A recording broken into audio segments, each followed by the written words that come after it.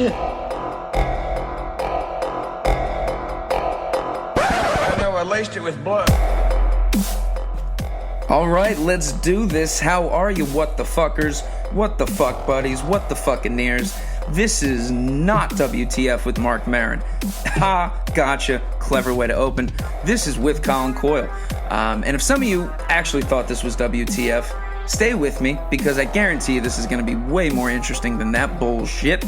I'm your host, Colin Coyle, and on this show, I like to give people news, jokes, guidance, life lessons from your resident crazy person. But something I wanted to touch on is the fact all you people out there who at some point, probably over the last year, held some view that was probably considered crazy, well, I have some good news for you. If you think anything crazy, all you have to do is think it. Well, first research it, come to your conclusion, be deemed crazy, and then sit back and just motherfucking wait. That has seemed to be the theme of 2020. Now we're into 2021, thank God. But over the last year or so, if you've thought anything that was outside the realm of normal or mainstream consciousness, in a matter of time, without fail, you're going to be proven correct. Most recent example of that would be everybody's favorite coronavirus 19. You know it, you hate it, some of you might have funded it. That being said, coronavirus, when you may have remembered, if you're not dead, that when this first happened, when the bat first showed up in the cup of soup that led to the NBA shutting down, you were not allowed, as an American, or I'm sure a citizen in any other country, you were not allowed to think that this came from the Wuhan laboratory in mainland China, because that would be preposterous. That would be absurd. How dare you assume that the Wuhan Institute of Virology in China would have studied something like, coronaviruses?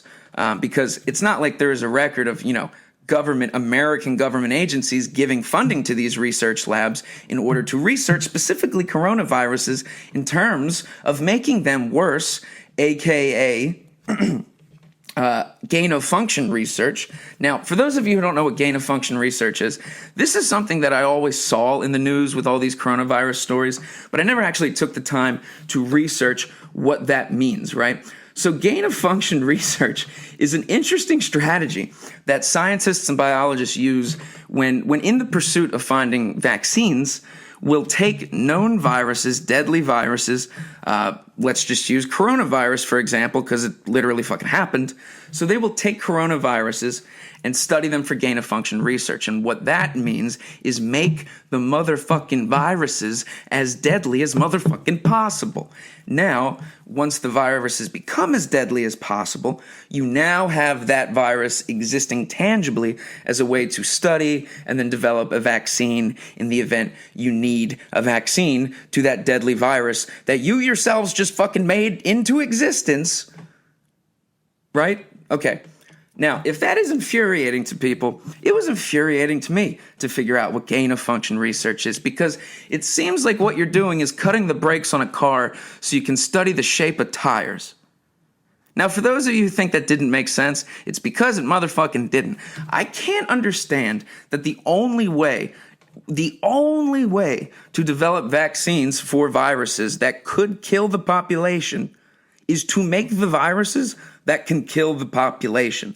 That seems batshit insane. No pun intended. Now, Dr. Fauci, who is someone that I have been very hesitant to shit on, disrespect, call into question his ethics or morals, because the guy's, his track record speaks for himself. He's been the head of the National Institute of Health for like 4 presidents, as far as I'm concerned. I don't really even know. All I know, it's been since the 80s. You do the math on that, 4, 8, prime numbers and whatnot. Now, Dr. Fauci, he's universally respected as a leader in public health. He's been called upon by other countries during their outbreaks or any type of research or medical assistance that they would need, because he's genuinely revered as a leader in public health, which is, exactly what you want from the leader of the National Institute of Health. which is unfortunate. Because if you would have remembered back in the beginning of when this virus started, Dr. Fauci, aka your favorite lawn gnome, he would stand next to Trump on the podium.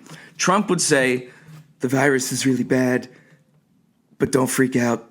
And then Fauci would jump in and say, "Don't freak out. By the way, this didn't come from China." And then you would be ridiculed if you thought it came from China. You were told that's racist, that's absurd, that's how you start a war, some type of international conflict.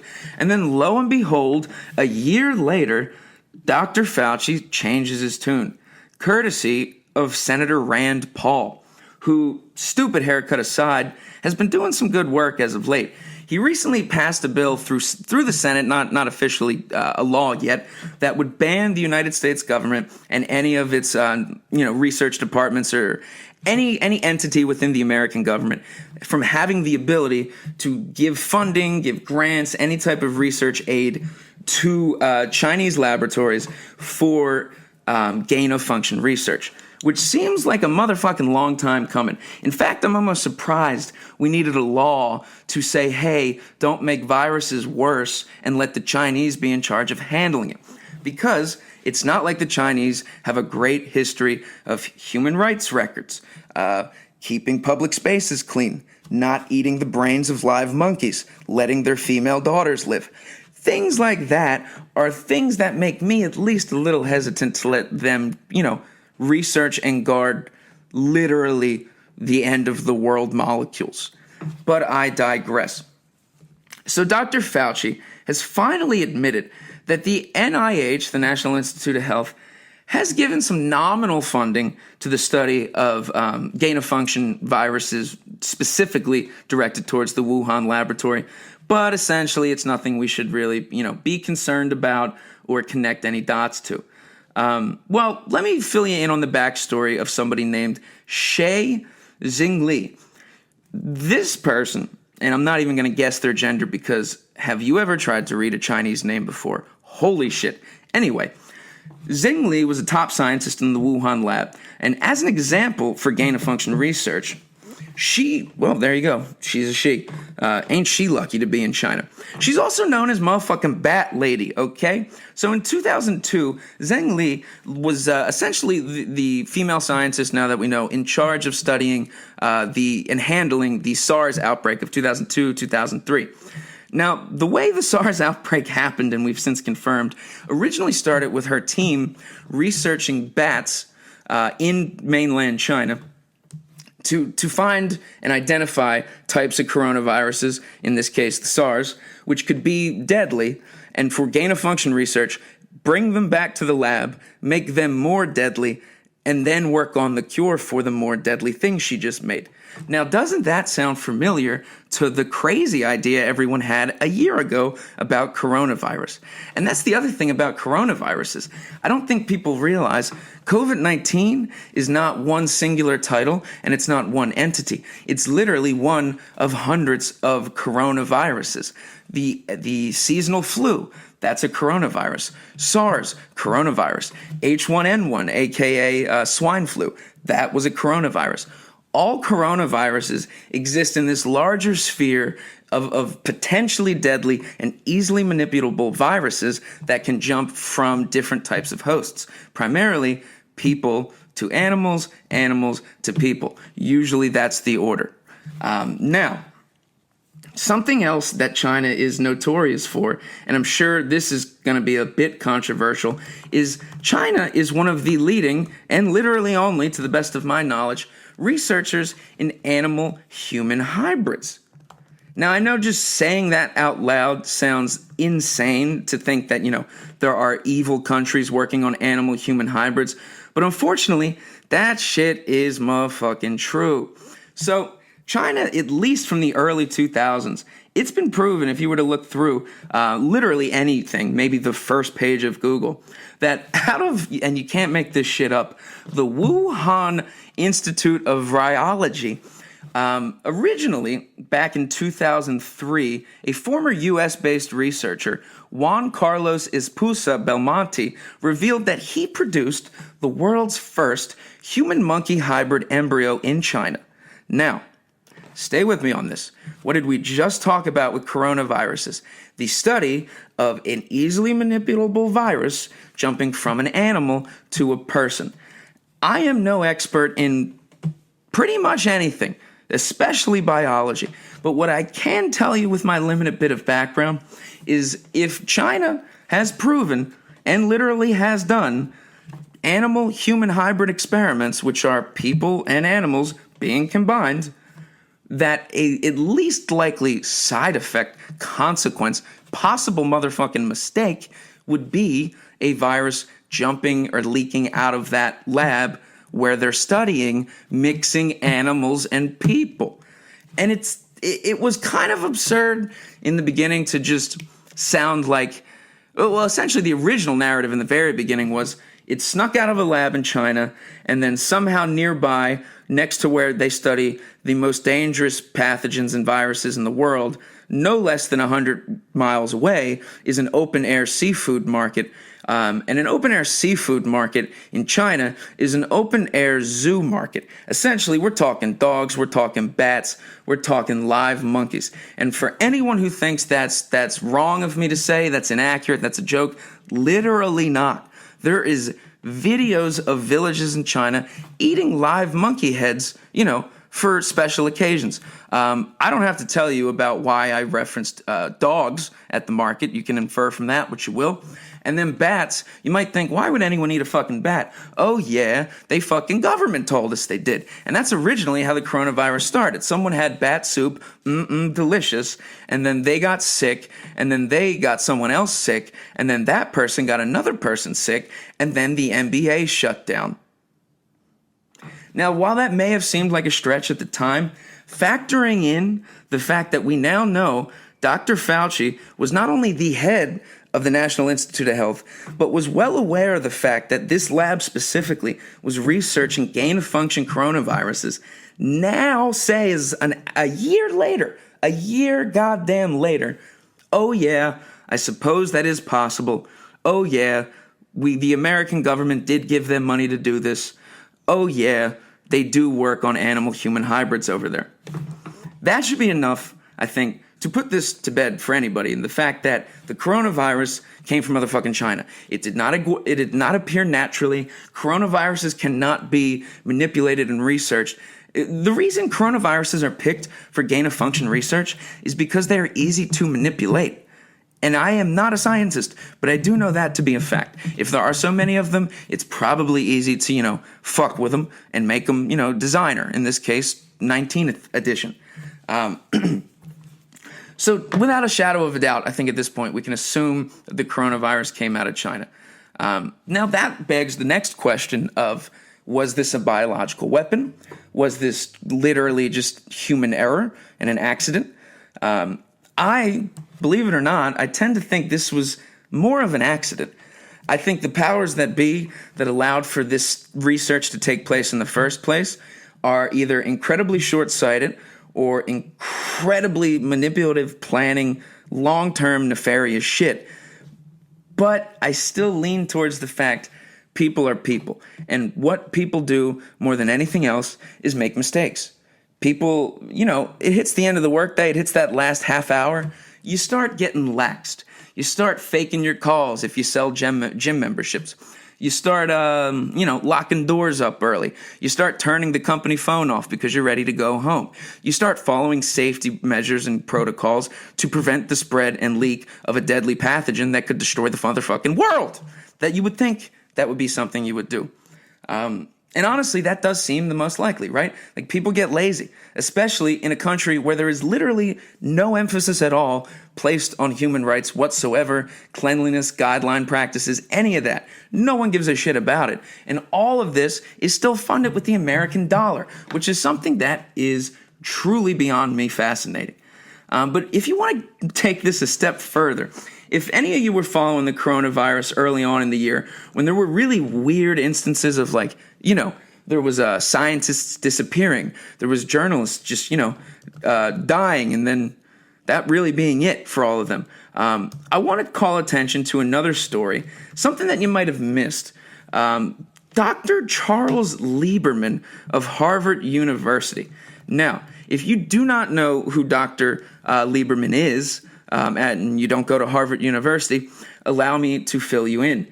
He was the Harvard professor indicted after allegedly lying about ties to the Wuhan University and recruitment plan. That is correct. You heard me, 100% correct. A professor of biology, head of a research department at Harvard University, was found to be a Chinese spy and part of China's 1,000 Talents Plan, which is a program designed to recruit people with knowledge of foreign technology and intellectual property for the benefit of China. Now, looking at Dr. Charles Lieberman's face, he is not Chinese. However, Chinese people, and the Chinese government specifically, have a lot of money. In fact, almost all of it. Now, however they were able to convince Dr. Lieberman to, join their side, essentially become, in my opinion, maybe one of the worst traitors of the last century in American history, is beyond me. But if you were to do a little bit of research, turns out it only took $50,000 fucking dollars. Granted, it was $50,000 a month, which is, more money than I have ever made in my life thus far. But that's really the headline out of this story for me personally, is that it only takes $50,000 a month from the Chinese government for you to help perpetuate and bring about the end of the goddamn world. So Dr. Lieberman was paid $50,000 a month by the Wuhan University of Technology in China under the 1,000 Talents program, and was awarded more than $1.5 million to establish a research lab at a Chinese university. Now, in exchange for this, Lieberman agreed to apply for patents and do all of the work, essentially, on behalf of the Chinese government. Lieberman obviously lied about his ties to this program at first, telling the federal authorities he was never a part of this. I don't know how you got my name crossed up in this China stuff. I have nothing to do with this. Until the FBI said, motherfucking fuck yourself, and we're on to you, Jack. And it could go a step further, really, because another person that Lieberman was really tight with was another professor at Harvard University who had suspiciously close ties to none other than Mr. Chicken Sandwich himself, Jeffrey Epstein. That is right, Jeffrey Epstein. I hate to bring up the president of Kidfuck Mathematics Island once again, back to back, but turns out this motherfucker worked his way back into the news. Because Epstein, and we now know this from numerous depositions and the ongoing case that will probably never be solved, he gave exorbitant amounts of money, at least $9 million, to researchers funded by the Department of Justice, DARPA, and the National Institute of Health, specifically located at Harvard University. Now, one of Harvard's most prominent scientists, who received about $18 million from the DoD and the National Institute of Health, was arrested and charged with operating a secret lab for the Chinese government on American soil. And that dude is none other than Dr. George Church, the professor of genetics at Harvard Medical School and a professor of health sciences and technology at MIT, close confidant and associate of Dr. Lieberman. Cannot make this shit up, people. If you continue, so what Dr. Church was doing was essentially experimenting with weapons and viruses, experimenting with viruses, how to weaponize them, and by weaponize, you can really, during the process, say you're working on a vaccine, you're trying to pick apart the elements and molecular structure of a virus in the interest of developing a vaccine. But the suspicious thing about doing that is the same motherfucking process to weaponize a virus. Now, again, gain-of-function research, what did we talk about, is something that makes a virus worse in the interest of then having the ability to make the vaccine for the thing you just made worse. I'm not going to connect any of those dots for you people. I'm really not. But I am going to point them all out and let you decide for yourself whether or not you prefer to put your head in the sand or start to look around and realize what the fuck is going on, because it's getting weird out here. Oh, man. So Jeffrey Epstein, he actually pledged a total of $30 million, which is an incredible amount of money for a university professor to receive for research from one person, not even a grant, not from an organization, none of that, from one person. So Epstein pledged $30 million to the biology and mathematics department at Harvard University, which were headed by both Dr. Church and Dr. Lieberman. Dr. Lieberman currently holds a patent for one of the first COVID-19 vaccines. He holds that patent, which we found out thanks to, him getting arrested, in the name and essentially for a political favor for the Chinese government. Now, what is likely? The fact that the Chinese government is responsible for the coronavirus leaking from their lab, that they have literally an American Harvard researcher on payroll, and that researcher on payroll happens to own one of the earliest patents on a potential vaccine, or none of those things are related. I'm going to go with the first one, but I'm not pushing anybody one way or the other.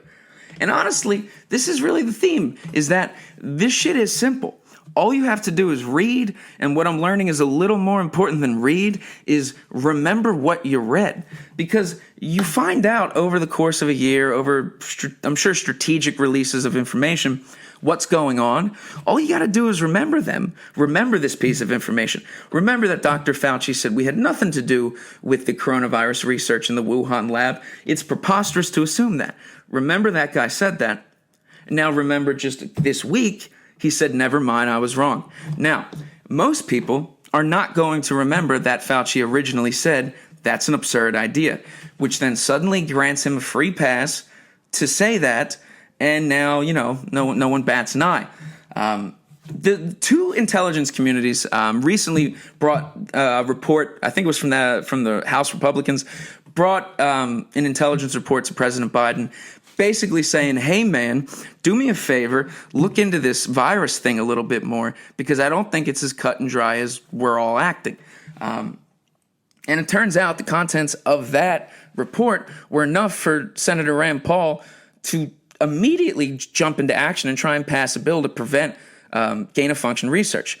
Now, President Biden promised, and that's about as valuable as a silver dollar at this point, promised that he'll release those reports to the American public as long as there's nothing that he's unaware of, which is, quite frankly, pretty likely if you're dealing with Joe Biden being unaware of things. And I think this just goes to show you that countries have enemies, inherent enemies. A country almost cannot be a country unless it has an enemy, right? And I think we all got to grow up and just assume there's never going to come a point in time where the entire globe lives peacefully. Because, quite frankly, if the entire globe was able to live peacefully and there was no more conflict, I don't think anything would get done, and I think there wouldn't be a point to being alive. And that might be stark, that might be over-reductionist, but I think there's some truth to that, because throughout history, there have been empires, there have been people that said, fuck that empire, made that empire fall, took its place, and the world perpetuated. And the side effect of, empires rising and falling was the development of language, culture, art, technology, transportation, schools of thought, philosophy. Literally everything that human beings have come to discover about the sphere of existence that we live in really was motivated by the fact there was a different group of people that wanted us motherfucking dead. All right? Now, I think in this case, in the case of America, the people that want us dead, whether you want to admit it or not, is China. Now, it's hard for people to wrap their head around, I think, at least younger people of roughly my age, to think that we have enemies, because one, they haven't really seen or been involved in a war, notwithstanding the Middle Eastern war that's been going on for, I don't even know if it's over. But war is not even fought in the way that you're taught about it in middle school and high school anymore. You don't just take every 19-year-old from the country, send them out to the front lines, and have them shoot each other until you see who's standing. Now wars are fought a different way. And you know why they're fought a different way? Because empires continue to rise and fall, and as they rise and fall, there are new ways that we learn and remember to make them fall. Case in point. Virology. And I know I'm not saying that word right or pronouncing it right, but I'm doing my best. So countries now have the ability thanks to gain-of-function research, to weaponize viruses, something that was originally essentially motherfucking magic to people. A virus would show up back in the day because people didn't know to not throw their shit in the street or, get a shower more than once, just more than once. Now we have labs, we have crazy advancements in modern medicine that can not only identify but we can cultivate a virus. We can literally pull that shit out of thin air, out of the ass crack of some bat in a cave, manipulate it ever so slightly, and now you suddenly have the bubonic plague version 2, and we can weaponize that shit and then maybe use it on another country. So that way, we don't even have to send our soldiers over there and fight them. We could just, shoot them with a Nerf gun full of bubonic version 2, and our enemy's gone. Another way of fighting wars without fighting wars is hacking, technological attacks on other countries. Some of you may have remembered about 2 or 3 weeks ago that major oil pipeline that was hacked and essentially held hostage by people who were probably Russian. It's another example of if you're going to fight a war with a country, it's far more effective on both sides, really. It's more effective from the country launching the attack because human life and probably just literal dollar amount. And it's more effective on the country who's receiving the attack because it can be more crippling because these types of things, viruses, technological hackings, media manipulation, these are how you affect middle America, for lack of a better word. This is how you attack the people who are not in the army, who are not on the front lines. In fact, I would go so far as to say, and this I might be grossly point of fact wrong on this, that people who are in the armed forces currently are far safer than people who are not, because they are at least trained, conditioned, explained, for the most part, how war is fought now. Because most people don't have to concern themselves with that. They have to concern themselves with, what time do I have to go to work? What time is The Bachelorette coming back on? Why do I keep listening to WTF with Mark Maron? Everyday people things. But the fact of the matter is, countries have enemies because there isn't a way to reach global peace because peace would require people to live in harmony. And I think people are not static. I don't think there's ever a point in someone's life where they are finished being a person. They are this person. They are a good person who would do this, but they wouldn't do that. I think people can be influenced at any point in time by anything. I tend to not even have a ton of political beliefs. Most of my political beliefs tend to be the thing that was the best argument that I last heard. While that may be dumb, I also think there's some genius in that. But apart from that, people are always... There's always conflict amongst groups of people, but there's always internal conflict with yourself. Because as a human being with free thought who is not an animal, you have the ability to be aware that you are a human being who's not an animal, which means you can think about shit. You can think about lying to people. You can think about manipulating people. You can think about hurting people. You could think about how all of those things could help you as a person gain financially. Really only financially, because anything that hurts people that you're doing to gain is just going to be monetarily, and then ultimately what's that going to be worth? But the point of what I'm trying to say is there will always be conflict. So it's foolish of us to, when large-scale conflict occurs, to listen to those in charge telling us, not a conflict, everyone be calm, which granted, there's some validity to. You can't have everyone running around with their heads off. But you should always keep in mind that there is always a war going on for not only your mind, but there's a war going on with your group, with your fucking people, with your tribe. Because there's another tribe who doesn't fuck with your tribe. And most of the time, that issue, if you were to really, really, get it to the original point of conflict, no one even really remembers anymore. Which I think only furthers my point that there will always and forever be conflict. And there will always and forever be pussies. Which leads me to someone else I wanted to bring up. Motherfucking John Cena. Some of you may still watch wrestling, which is fucking embarrassing. Really no excuse for it. It's male soap opera, only gayer than that. John Cena, who's recently made the rock-style jump from gay soap opera acting to bad movie making, got in trouble over the past week for acknowledging the country of Taiwan. And in fact, he was just promoting, the Fast and Furious 9 movie or whatever the fuck they're on in Taiwan, saying, hey, Taiwan, you people are cool, you should go see my movie. Little did this fucking Ken doll know that you cannot mention the words Taiwan as an American, especially one of, significant public influence, without, inducing the air of China. Now, just super briefly, because I cannot cover this whole story, China and Taiwan don't fuck with each other. Taiwan's a little island off the coast of China. Strategically speaking, the island is, it would be incredibly useful to traverse the Pacific. It helps connect to Australia. It's from like a Navy standpoint, an incredibly strategic and important island. Taiwan today is also one of the leading manufacturers in computer chip technology. So they're kind of like Japan in that they're a small island, they're a booming. The United States fucks with them, but we can't say we fuck with them. But essentially, China, all of this shit going on, Taiwan, growing over the last 100, 200 years, still is like, we were originally in charge of you. We're China. We don't like freedom despite the word democratic in our name. And we are going to, at some point in time, ethnically cleanse, that's their quote, not mine, all of Taiwan and have it returned to the rightful mainland of China.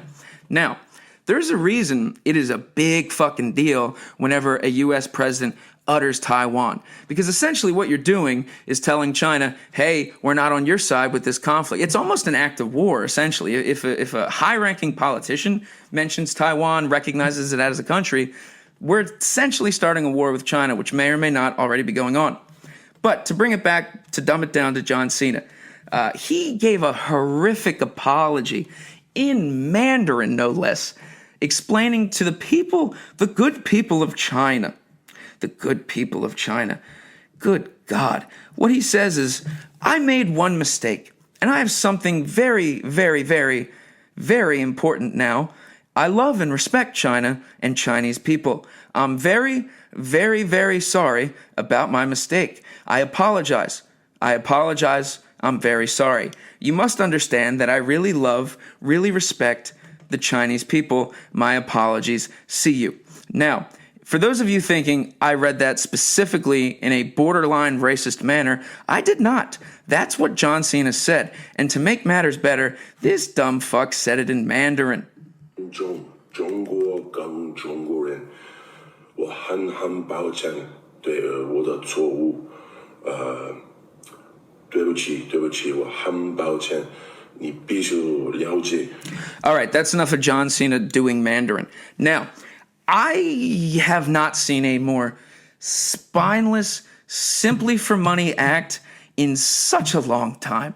I mean, this dude is like the fourth lead in the 9th Fast and Furious movie, and he made one flippant, accidentally positive remark about a country that has a democratically elected leader, free citizens, a thriving economy. He simply called them a country, and then China lost its shit because China's the only country dumb enough to watch 9 Fast and Furious movies, and the Chinese box office dictates American movies now for some reason, even though we're at fucking war with them all the time.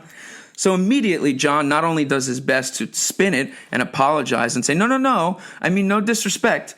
China has every right to ethnically cleanse the people of Taiwan. This motherfucker did it in Mandarin. Mandarin. That is insane. That'd be like if I flew down to Jamaica and started speaking in patois and using racial slurs.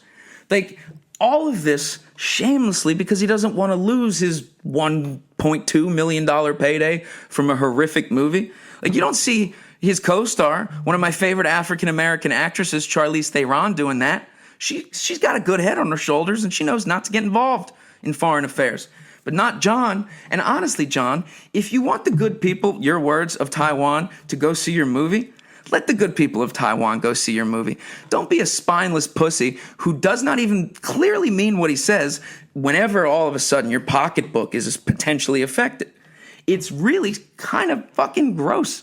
It's kind of reminiscent of what that hack turkey neck LeBron did. Remember, LeBron has a loud ass mouth on every single social issue that pops up. And it's his right. It is 100% his right to have an opinion on anything he wants as an American. It's also my right as an American to say it's a little suspicious that you are so outspoken on everything, except when it comes to China, because a large percentage of your money comes in motherfucking yen, homie. It's just shameless. And it's almost insulting where they think people are not going to piece these two things together. It's fucking John Cena, bro. There is nothing exciting about him. And honestly, I don't want to accept him as a real actor. I'm having a hard time accepting Dave Bautista as a real actor. But now, bro, you might as well just call it a day and just move to Taiwan at this point. Really fucking put your money where your mouth is. If you want the good people to go see your movie in Taiwan, don't immediately apologize to a country that wants them all dead. And, no good deed goes unpunished. Cena's Mandarin apology wasn't even a hit with the Chinese people because they're all crazy and said, we will not be happy until you acknowledge Taiwan is not a country. Say it, Cena. Say it. Make eye contact with me. Say it in Mandarin. Now spit. Pretty much that's what happened to this dude. I don't feel bad for him at all. I just feel bad for everyone's dad who still watches Monday Night Raw. Because not only is your dad a motherfucking nerd, right? He's also, at this point, a Chinese communist sympathizer, right? So all you row-homed fathers, police officers, you Anthonys and Nicks who had a great time at prom night, who watch Monday Night Raw because it's the only thing you have to look forward to in your loveless marriage and relationship with your children who do not watch the show anymore with you because they turned 9 and stopped. You are now a member of Communist China. And Communist China wants you dead. They want the people of Taiwan dead. And they want to do that in a really sneaky, suspicious way. Not with guns, not with bombs, but with point-of-function research.